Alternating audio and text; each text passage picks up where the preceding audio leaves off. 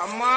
அந்த மலையானூறு எல்லையில அம்மா அந்த சம்பாடவன் கொள்ளையில அம்மா அந்த பெருச்ச மரத்தாடியில் அங்காள மணி பதி போட்டு கொழுவிருந்த